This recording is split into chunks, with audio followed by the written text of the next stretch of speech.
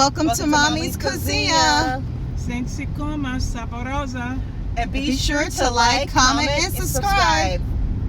Today we're going to make Frigideira De Bacalhau. It's a Brazilian dish that is traditionally served on Good Friday. That's what my mom, she would have when she was growing up in Brazil as a child. And it's also something you can have on Sunday. I would say it tastes just like Brazil. I love it. It reminds me of Brazil. So the ingredients that we're going to be using, and which is the most important ingredient, is the salted fish. Oh, that's my dog dreaming. She's dreaming. So if you hear some barking, she's like, anywho. We traditionally use salted codfish, but since we're here in the U.S., we get what we can get, and so we went to the Hispanic grocery store and we saw the salted bullock fish. So this is a salted dry fish, and it's very important in this dish. And you, as you can see, it's like flat and thin, and it's dried out. Like the salt has like taken out the moisture of the fish. Now we're just gonna grab our fish. You know, we got 2 bags of it, so it's like 2 pounds, a pound in each bag. We're just gonna rinse the fish off. And once we rinse them off, we're going to put it in a pan and cover it with water. And we're just using cool water when we're rinsing. And we're not going to put all the fish in one batch because we're just going to try to purge the salt off 1 pound at a time. And so once we get it to a boil, you will see the salt coming up in the form of foam. So you see all that white foam? That is the salt that's being purged off of the fish. So we had boiled the fish for 7 minutes. And now it's time to remove it from the burner and rinse it off and see what is the salt level, and we're going to do that by tasting it. Now if it's too salty, we will put it back on the burner with some more water to remove any too much salt that might be there. Now this is my mom's first time making it in a long time, and so we had concluded that after the first boil, we should after boiling it and then rinsing it, we should have pull it up into pieces, which I'll show you later on.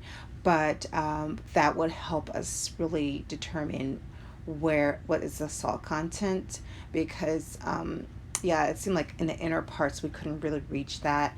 But you have to it's like a delicate balance. You don't want to rinse it too much, because if you do, then you would remove all of the flavor, and that flavor is a very nice flavor that was created over time, and it's just not something you can add back, because if you just add salt again, it just wouldn't taste like that. Okay, so after we boil rinse each bag of fish, we tore the pieces of fish into little flakes. Now, you want to make sure you keep it like a consistent size throughout. And as I mentioned earlier, we wish we had done that tearing after the first boil rinse, because there's like a concentration of salt that we weren't able to get when we had boiled it whole.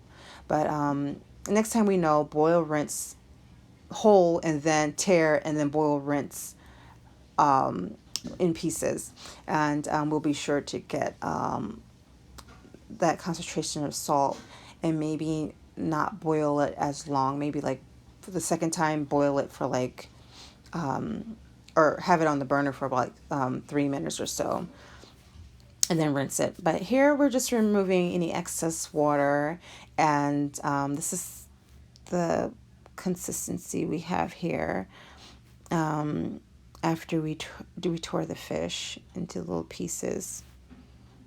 There's one.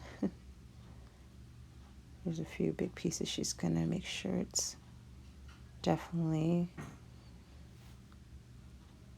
same size throughout, because you don't want to be biting into like a big giant piece of fish. But this is where our flavor of our dish is at, and we don't need to add salt because we already have the salt in the fish. But we decided to add some garlic in our mix of our fish, which we'll see, I'll show you later. But let's get right into slicing our vegetables. Now we're gonna slice some. I would say it was like a quarter of an inch thick.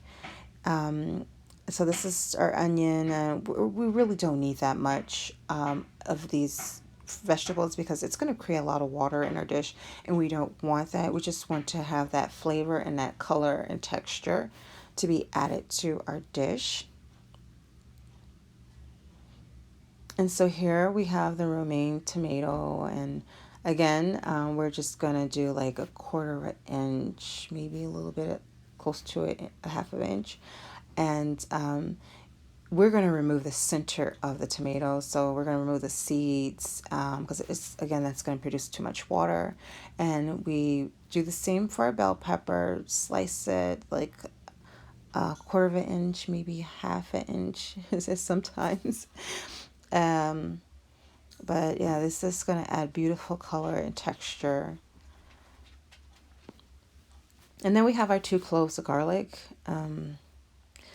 I'm going to link a video on the different ways you can do this because this is kind of complicated the way my mom is doing it here, but you want to be sure to mash it up so you can get that flavor of the garlic.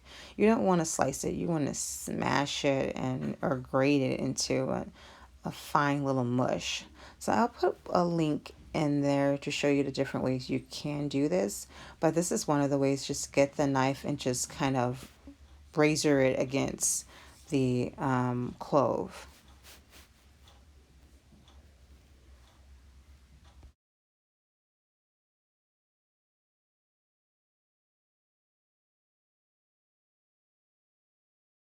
Okay, so our garlic that we had mashed up, we're going to put that in our fish and we're going to mix those together well. We want to make sure that the garlic is dispersed throughout. Okay, so set the fish aside. Now we're going to be working on the second component of our dish, and that is the egg portion. So it's like the egg. The fish is going to be sandwiched in between these egg levels. So we're going to start off with 4 eggs, and we're going to separate the egg white from the egg yolk. Now, if you don't know how to do that, have no fear. We have a video that's going to be linked up top. It's very easy to follow, and now we're gonna go ahead and put our egg yolk or egg whites in a big bowl. Now we're gonna blend these or whip it until it becomes a white frothy mixture. And you don't have to be professional about this. It does not have to be stiff when you flip it over or anything. You just want it to look like that. And now we're gonna add our yolks in, and we're going to mix those two together.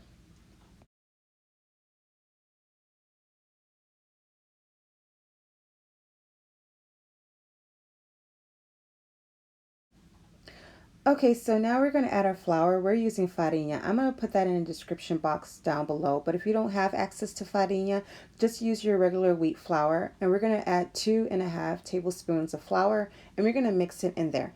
In this mixture, we're not adding any salt because remember, our fish has the salt. So just mix the eggs and the flour together, and we're going to be pouring it into this casserole. But first we're going to coat it with some olive oil. Now the size of my casserole is 12-inch, so that just gives you an idea of what size you might need. So make sure you coat it well with some olive oil on the bottom of that pan. And then you're going to pour your first layer of egg that we made on the bottom of this pan. Now we're going to grab our fish and we're going to sprinkle it across this layer of egg that we mixed.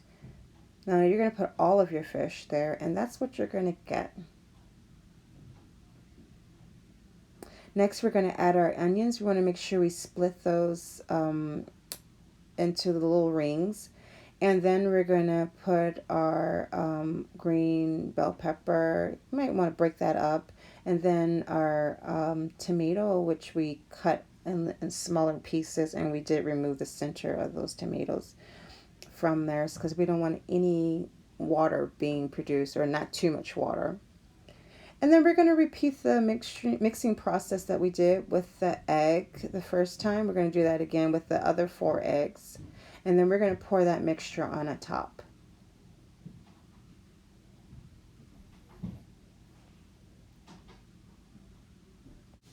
Okay, so let's make this really pretty. We're going to add a few slices of tomato on top after we remove the centers of those tomatoes. And look at that. It's so pretty. I love it. I just love the colors, the green and the red and the light yellow. And finally, we're going to drizzle some olive oil on top, just as you see in the video.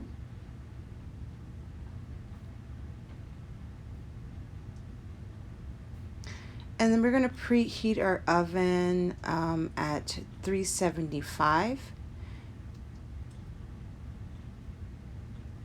And it takes about 30 minutes or so, 30 to 40 minutes. And you know it's ready when you see the mixture pulling, or the dish pulling away from the casserole. So you'll see that the tomatoes have sunken in, and you see some pulling from that. You see how it is? It's sunken in and it's pulling away from the casserole. You see that breaking point, that crack along the side there. You know it's ready to come on out. And simply you can serve this dish with rice or a salad, and it's very delicious or you can eat it by itself. So you just slice it up like you would do a quiche. This isn't a quiche. I think it's way better than a quiche because you tend to forget that there's egg. It's made out of egg. So I hope you found this video interesting, and I hope you try this dish. It's a really good dish. It's not fishy. It has a nice flavor to it. So please give this video a thumbs up and take care. Bye.